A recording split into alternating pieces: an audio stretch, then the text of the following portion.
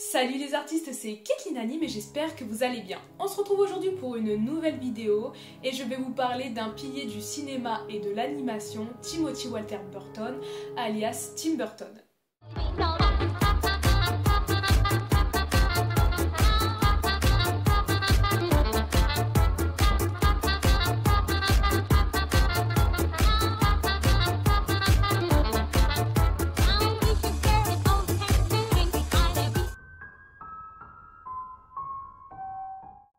Tim Burton est né le 25 août 1958 à Burbank en Californie, il a donc à ce jour 63 ans.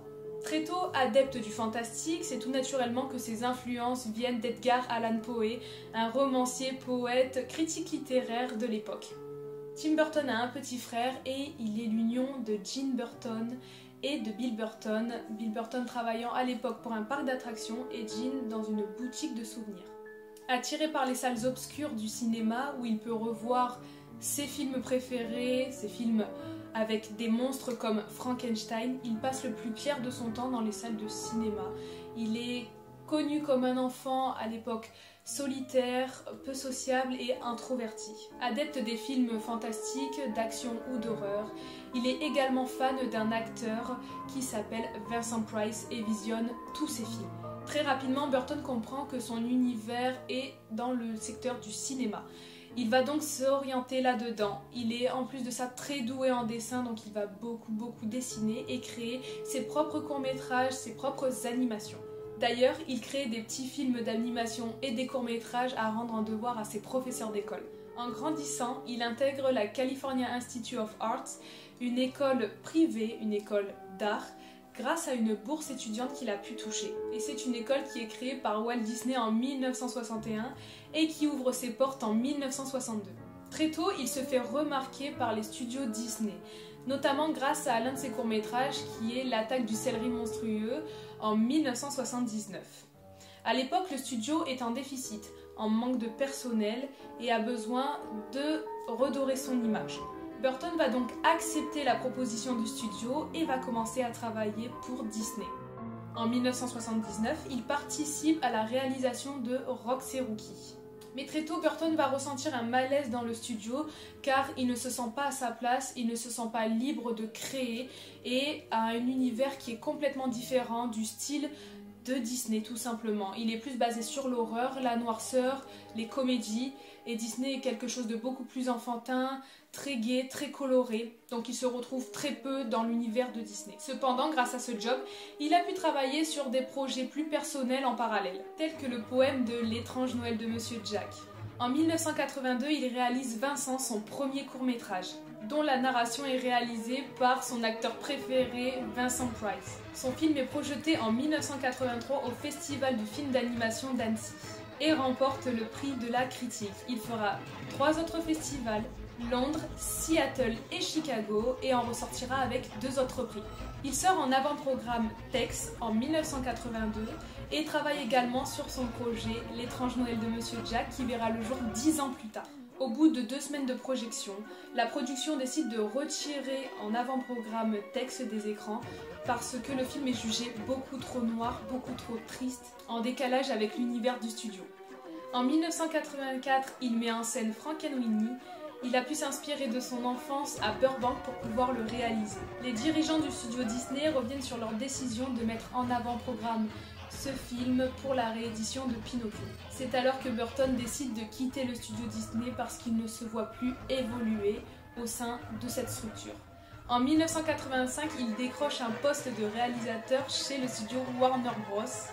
Pour Pee-wee Big Adventure, un film qui aura un tout petit budget pour la production et pour la première fois, il va collaborer avec Danny Elfman, un compositeur de musique. D'ailleurs, ils vont se retrouver sur bon nombre de films tout simplement parce que son univers musical et ses compositions plaisent à Burton.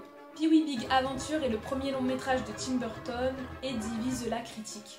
Il est d'ailleurs sollicité pour réaliser The Jar, épisode d'Alfred Hitchcock, qui juge comme une mauvaise expérience parce qu'il n'a aucun droit artistique sur le projet et n'a pas son mot à dire tout simplement.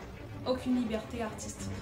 De 1985 à 1988, bon nombre de projets vont être proposés à Tim Burton, qu'il refusera catégoriquement parce qu'il estime que les projets qui lui sont proposés sont sans intérêt pour lui. En 1988, il réalise Beetlejuice, donc un personnage réalisé par lui-même. L'artiste décrit ce film comme un scénario très objectif sur la mort. Et pour une fois, Tim Burton est entièrement libre sur son scénario et la structure du film. Dans cet univers, il va apporter un côté plus macabre, comique et poétique. D'ailleurs, le film connaîtra un succès commercial plus un Oscar pour le maquillage des personnages. Warner Bros lui proposera le projet Batman. Donc il partira à Londres suite à cela et choisira comme acteur Jack Nicholson en tant que Joker. Le film connaît une polémique avant même sa sortie et une fois la bande-annonce dévoilée au grand public, les tensions vont retomber, les critiques également. D'ailleurs, Tim Burton gagnera grâce à ce film un Oscar de la meilleure direction artistique et connaîtra un bon nombre de produits dérivés tellement le film aura eu un succès. Suite à ce projet, il décidera de revenir à un film beaucoup plus intimiste pour lui, ce sera Édouard aux mains d'argent. D'ailleurs, il sollicitera le studio 20th Century Fox pour financer son projet. Pendant ce temps, Warner Bros lui proposera de réaliser la suite de Batman, qui tout naturellement voudra le remettre à plus tard. L'écriture d'Édouard aux mains d'argent sera réalisée par Caroline Thompson et les mises en scène feront écho à son autobiographie. C'est d'ailleurs à cette époque que Tim Burton rencontre Johnny Depp, une alchimie parfaite entre les deux hommes, une amitié naissante et de plus, nous retrouvons l'acteur dans bon nombre de films après. Il sera sollicité à de grandes reprises par Tim Burton, voyant chez Johnny Depp un grand potentiel. Édouard aux mains d'argent est perçu comme une fable noire, fantastique et merveilleuse. C'est alors le 4e long métrage de Tim Burton. Le film est donc salué par la majorité des critiques. En 1992, Tim Burton attaque le 2e volet de Batman. D'ailleurs, Warner Bros lui donne une entière liberté artistique, ce qui ne peut que lui plaire. Le film est donc salué par la majorité des critiques. D'ailleurs, il fera le tournage dans sa ville natale et va cette fois-ci opter pour un scénario où les méchants seront mis en avant, quelque chose de plus macabre, plus gothique, encore plus sombre. Le film est jugé trop effrayant auprès des enfants, mais connaît un succès au box-office.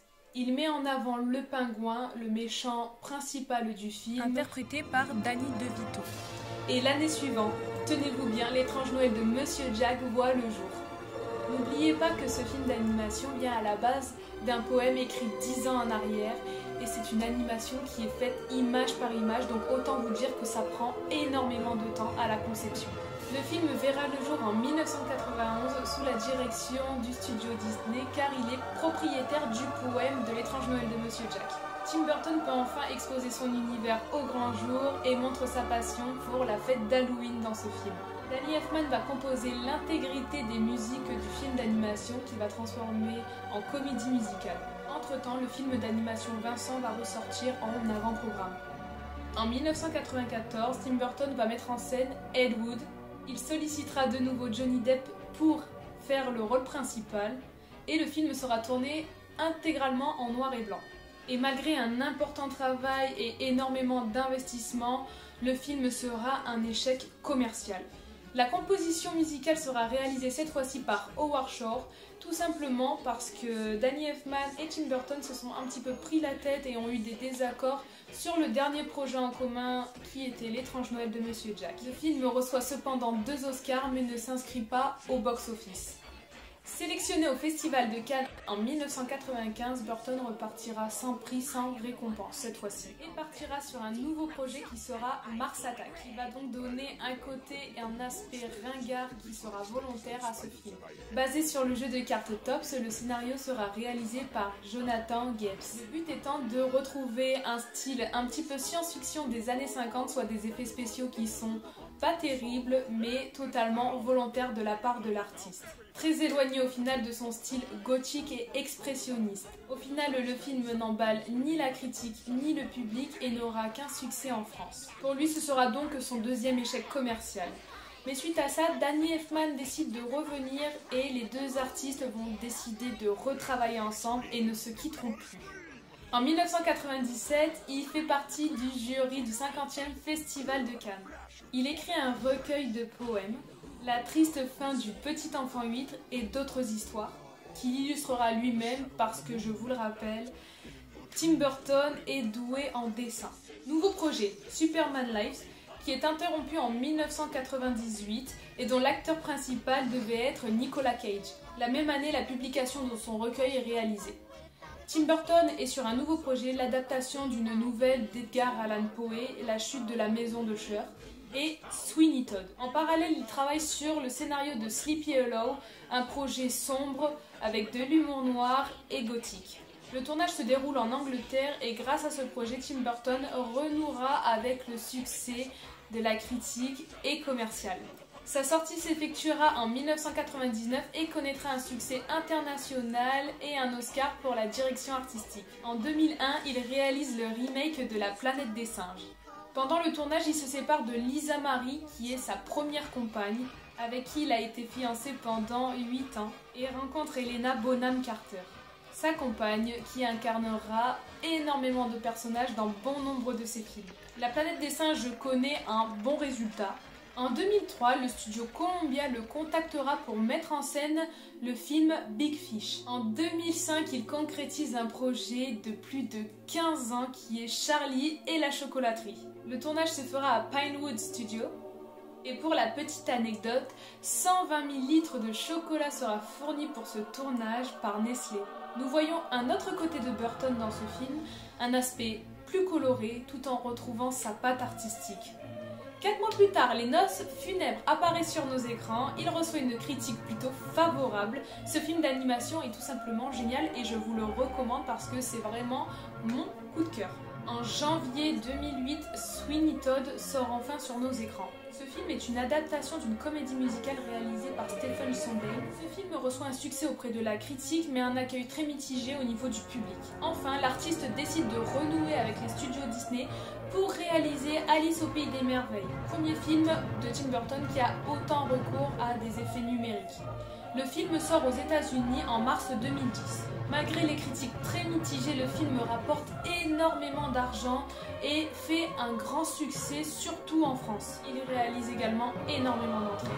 En 2012, c'est alors que le film Alice au pays des merveilles est le plus grand succès de Tim Burton et le 12e film le plus lucratif de l'histoire. Il préside le jury du 63e Festival de Cannes. En mai 2012, la sortie de Dark Shadow sur nos écrans. Ce film est une adaptation d'une série de 1960. Au mois d'octobre, c'est le film d'animation Frankenweenie qui sort, qui est un remake de son court-métrage de 1984. Le film reçoit de bonnes critiques mais n'est pas un grand succès commercial. Enfin, il sera chargé de réaliser un clip pour le groupe The Killers sur la chanson Where With Me. En 2014, il réalise Big Eyes, un film vraiment que je vous recommande, super joli film. Vraiment qui raconte une super belle histoire, pour le coup je suis complètement fan. Et en fin 2014, Burton se sépare d'Helena après 13 ans de vie commune. En février 2015, la réalisation de Miss Peregrine et des enfants particuliers est en route et le film sera sur les grands écrans en fin 2016. Et pour finir, la dernière réalisation à ce jour de Tim Burton qui a commencé en 2017 et est sortie sur nos écrans en 2019 pour Walt Disney Pictures, c'est tout simplement Dumbo. Alors pour le coup, celui-là, je ne l'ai pas vu. Je crois d'ailleurs que c'est le seul que je n'ai pas vu de Tim Burton. N'hésitez pas à me mettre en barre de commentaires si vous avez vu le film, ce que vous en avez pensé, s'il est plutôt bien ou pas, et si vous me le conseillez ou pas. Et voilà les artistes, j'espère que cette petite biographie de Tim Burton vous aura plu. N'hésitez pas à me dire en barre de commentaires si ce projet vous plaît ou pas, si vous appréciez aussi ce type de contenu. Sur ce les artistes, je vous fais plein de gros bisous, je vous dis à très bientôt pour une prochaine vidéo qui sera bien différente parce que j'aime bien un petit peu changer et contraster mes vidéos à chaque sortie. J'aime pas faire toujours la même chose et que ce soit voilà, d'une semaine à une autre, j'aime bien que les choses soient différentes. Donc je vous fais de gros bisous, je vous dis à très bientôt, prenez soin de vous et n'oubliez pas, l'art c'est la liberté. Ciao ciao, on se quitte avec une citation de Tim Burton. Le meilleur moyen de réaliser l'impossible, c'est de croire que c'est possible.